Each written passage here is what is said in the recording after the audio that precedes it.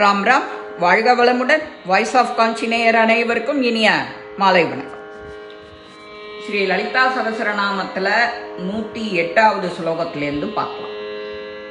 மஜ்ஜா சம்ஸ்தா ஹம்சவதே முக்கிய சக்தி சமன்விதா ஹரித்ராணைக ரசிகா ஹாகினி ரூபதாரிணி சகஸ்ரதல பத்மஸ்தா सर्ववर्णोपशोभिता शर्वायुधरा शुक्ला संस्थिता सर्वतोमुखी सर्वौदनप्रीतचित्ता यागिन्यम्बास्वरूपिणी स्वाहा स्वता मतिर्मेता श्रुति स्मृतिरनुत्तमा पुण्यकीर्ते पुण्यलभ्या पुण्यश्रवणकीर्तना पुलोमजार्जिता बन्ध मोचने पर्परालका विमर्शरूपिणी विद्या वियदादि जगत्प्रसोः सर्वव्याधि प्रशमनी सर्वमृत्युनिवारिणी अग्रकन्या चिन्त्यरूपा कलिकल्मषनाशिनी कात्यायनी कालहन्त्री कमलाक्षनिषेविता ताम्बूलपूरितमुखे दाढ्यमे कुसुमप्रभा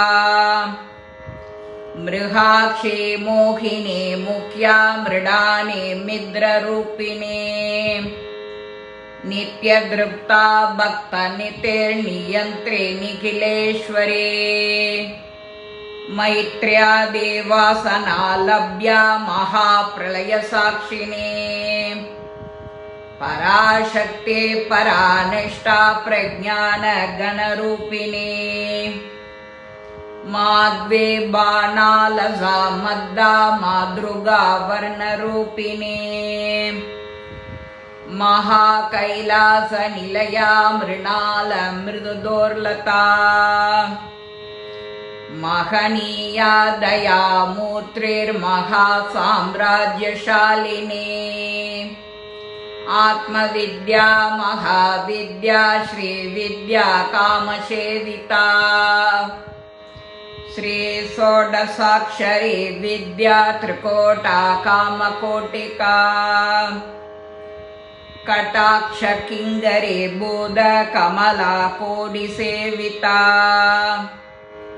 शिरस्थिता चंद्रनिभा बालस्देन्द्रधनुप्रभा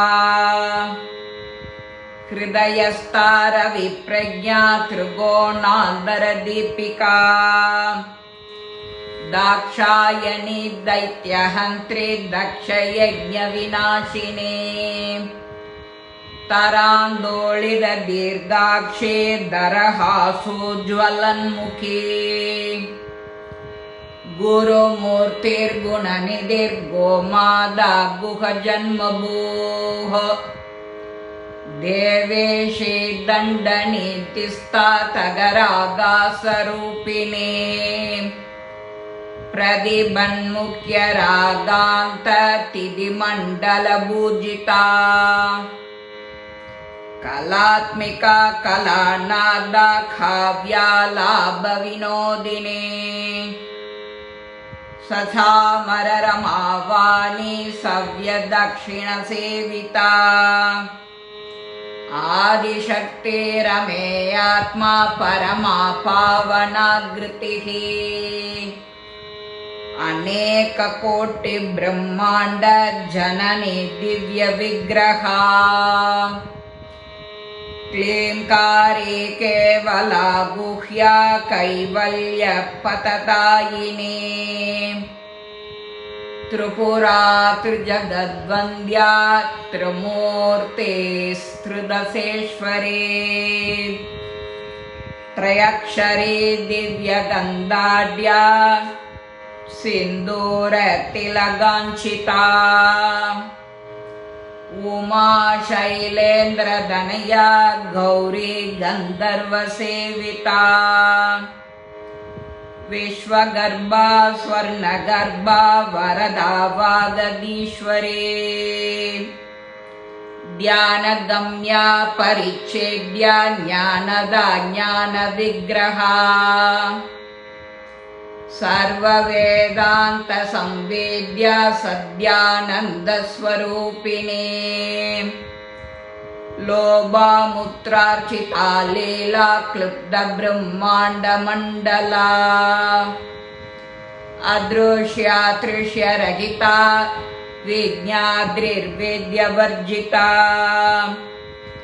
योगिने योगदा योग्या योगानन्दायुकन्दरा इच्छाशक्ति ज्ञानशक्ति क्रियाशक्ति स्वरूपिणे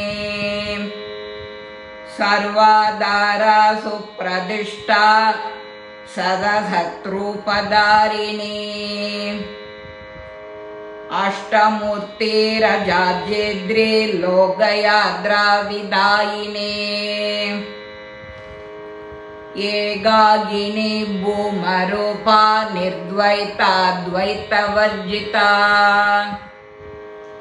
अन्नदा वसुधा वृद्धा ब्रह्मात्मैकस्वरूपिणे बृहदे ब्राह्मणे ब्राह्मी ब्रह्मानन्दा बलिप्रिया भाषारूपा बृहत्सेना भावा भावविवर्जिता सुगाराद्या शुभकरे शोभना சுலபாகதிः 133 ஸ்லோகம் முடிச்சிருக்கோம். மீதி அடுத்த பகுதியில் பார்க்கலாம். இந்த சகஸ்ரநாமம் உங்க எல்லாருக்கும் பிடிச்சிருக்கும். லைக் பண்ணுங்க, ஷேர் பண்ணுங்க, பெல் பட்டனை கிளிக் பண்ணுங்க, சப்ஸ்கிரைப் பண்ணுங்க, கமெண்ட்ஸ் பாக்ஸில் கமெண்ட்ஸ் போடுங்க.